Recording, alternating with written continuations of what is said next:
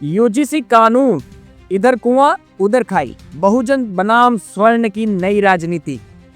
देश में इन दिनों शिक्षा पर नहीं, पहचान पर बहस हो रही है, और बहस भी ऐसी कि ना जीत किसी की ना हार किसी की, बस फायदा राजनीति का। मुद्दा है यूजीसी के नए इक्विटी नियम, जिन पर सुप्रीम कोर्ट ने जनवरी 2026 में रोक लगा दी। नियम क्या कहते हैं? विश्वविद्यालयों में जातिगत भेदभाव को रोकने के लिए कुछ सख्त कदम, जैसे उपनाम की जानकारी सत्यापन के लिए अनिवार्य करना। वीडियो में सैकड़ों बहुजन कार्यकर्ता से सड़कों पर मार्च करते दिख रहे हैं, हाथों में झंडे, बैनर और नारों से एक ही आवाज, अधिकार चाहिए, जातिवाद नहीं। बहुजन समाज कहता है यह नियम उनकी सुरक्षा का कवच है। स्वर्ण समाज कहता है यह पहचान का हथियार बन सकता है। और सरकार कहती है हम देख रहे हैं।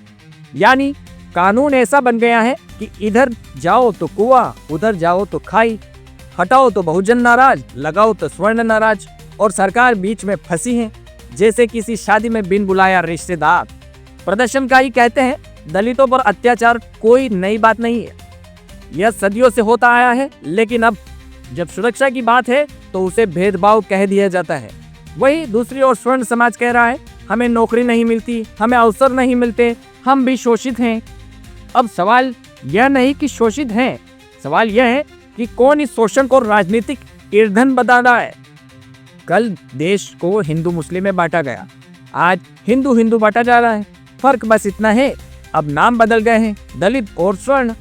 सोशल मीडिया पर प्रतिक्रियाएं तीखी हैं। जब जाति नहीं मिटा सकते तो कम से कम कानून से तो सुरक्षा दे। जब वोट बैंक नहीं बचेगा तभी जाति खत्म होगी।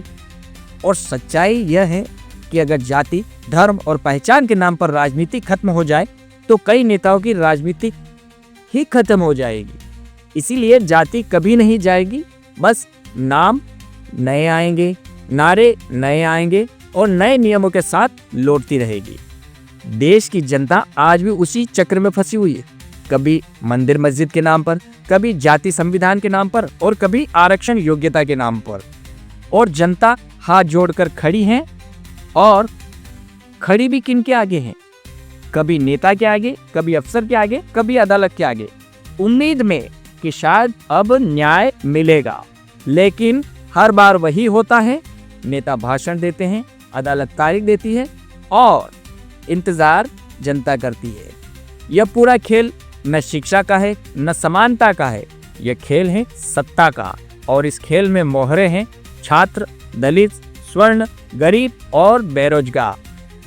पत्रकारिता का काम है इस खेल को उजागर करना, न कि उसमें टीम चुनना।